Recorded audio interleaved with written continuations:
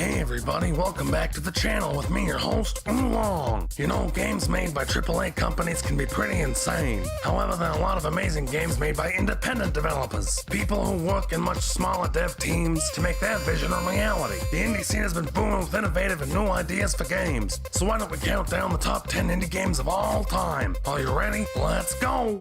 Number 10!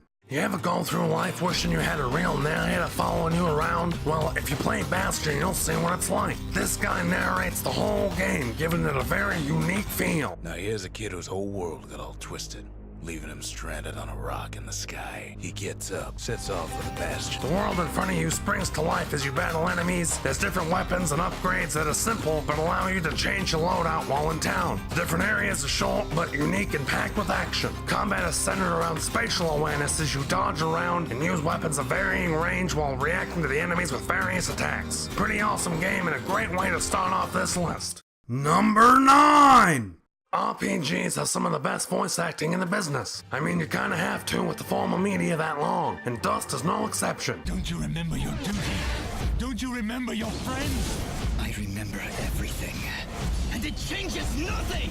The combat is fast and fluid, which lets you level up and allocate your stats to various attributes, but keeps you from dumping too many stats into one thing, forcing you to stay somewhat balanced. The art style is jaw-dropping at times, and every area looks absolutely amazing. Animations and effects are smooth and flashy, especially the animation of the main character. The orchestrated soundtrack also really sets the tone from the different areas. Boss battles are a bit basic and easy for the most part, but fighting groups of enemies feels awesome. Also, lots of secrets to find and extra difficulty modes adds a lot of extra challenge. All in all, a very nice RPG experience. Number 8! You know, I was really looking forward to No Man's Sky. The idea of exploring a randomly generated universe excited me so much. Unfortunately, that game belongs in the trash. However, when No Man's Sky failed, Starbound was successful. Similar to games like Terraria and Minecraft, you explore, craft, and survive as best you can, as you travel nearly infinite planets and galaxies. Hell, don't stop at the surface, dive into the depths of each planet too, looking for ruins, facilities, mines, and other alien life. All kinds of cool stuff.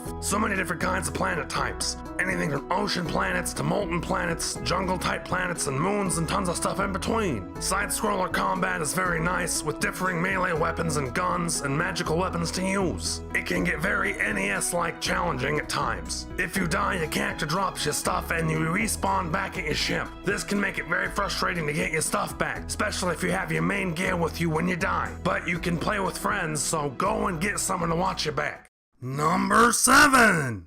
You know, I ain't much of a farmer, but there's just something relaxing about running your own farm in a video game. Stardew Valley is a great farming simulator. Clearing your farm and planting your crops is fun at first, but can get a little mundane after a while. In addition to running your own farms, there's also the mines, which you can explore and fight little monsters and gather rare materials. The mixture of farming and RPGing actually keeps things fresh and interesting. You can also build relationships with the townsfolk and learn about their lives. The social system is kind of limited though, but you can get some great backstory out of the characters if you really pay attention. The art style and the music are also a very nice touch. Different seasons and different days of the week can bring certain events to the area, so keep an eye on the calendar, you miss all the good stuff. Number 6!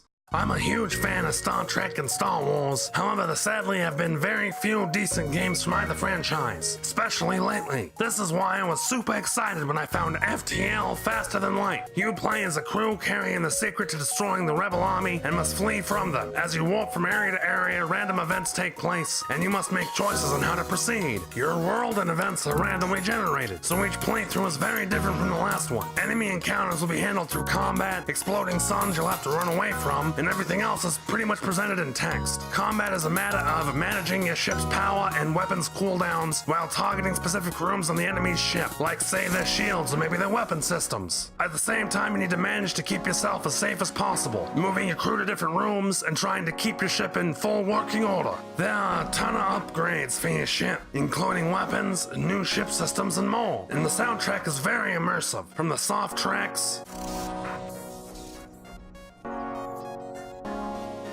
to the combat music.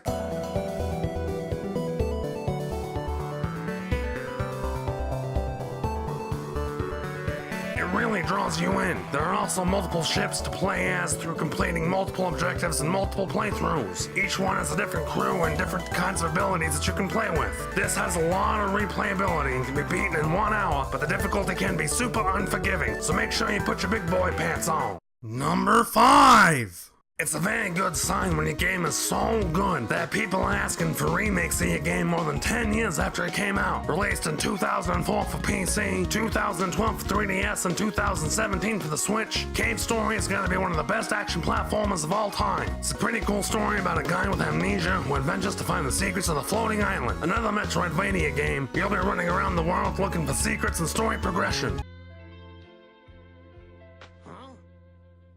You'll be up against the Doctor, the evil protagonist, and his underlings Misery the Witch and Balrog, some sort of sentient toaster? Is that right? Do we have that right, Toaster? Okay. You don't level up, but defeated enemies drop little gems to level your equipped weapon. When you get hit, your level decreases as well, which basically rewards you for playing better. This also has one of the most awesome chiptune based soundtracks in an indie game. Don't let the cutesy graphics fool you though. This game can be fairly challenging and some of the boss fights are absolutely intense. There are also several endings based on different choices you can make, so you might have to play it a few times if you want to see them all. And good luck with that true ending. That boss and ending level is an absolute doozy. Number 4! Have any of you ever played DuckTales for the NES? There's something so much fun about pogo sticking on enemies and getting tons of treasure. Shovel Knight does this in spades. I didn't even plan that. That just came out. Wow. Okay. Shovel Knight will challenge you with its retro-inspired platforming that provides a tough challenge at points, but is very, very fun. Fighting enemies feels very satisfying, and the combat simplicity feels right at home. You'll get little pick-upable side weapons like in Castlevania as well. The bosses remind me of the early days of Castlevania and Mega Man, each with an attack pattern and theme based on their stage. The world map is basically a callback to Mario 3 with lots of different things to check out. Walking around in town also allows you to upgrade your equipment and buy things, talk to NPCs and more. The art is beautiful and very late-gen NES inspired and animates very, very well. There are so many secrets and hidden things to find, and the soundtrack will pump you up. There's not much enemy diversity and not all that many enemies in the stages, as Shovel Knight focuses more on the platforming, and you have a simple checkpoint system, which makes the game a lot less challenging than it could be, although a new game plus mode will give you more than enough challenge. Get those thumbs ready guys, this shit ain't easy. Number 3!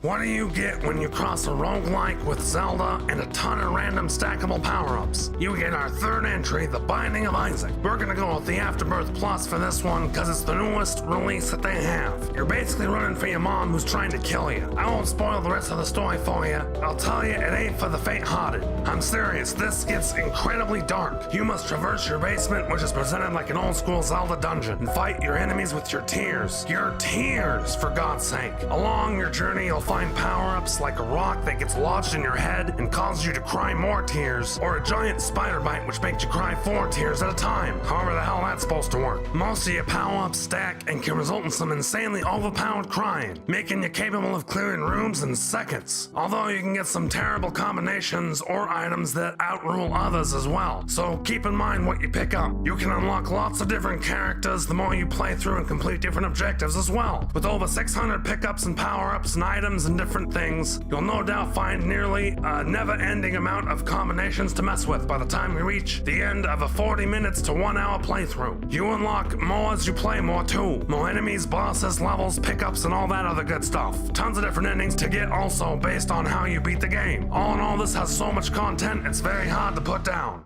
Number 2!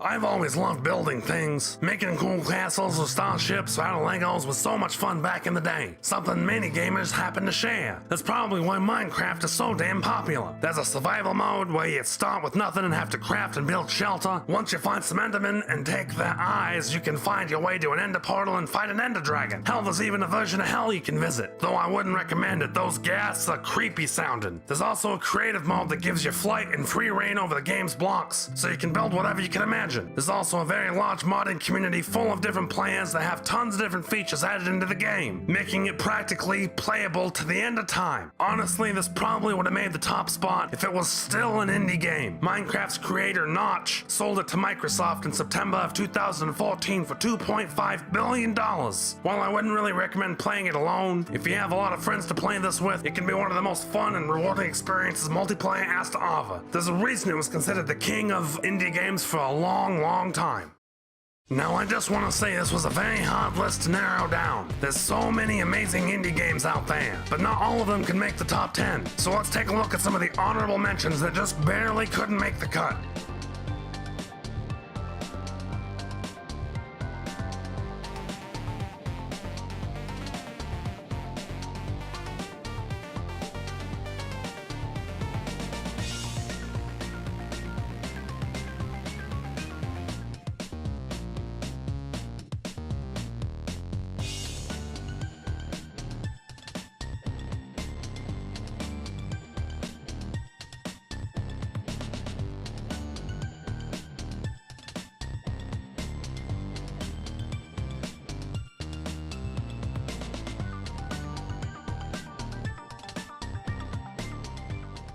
Number 1!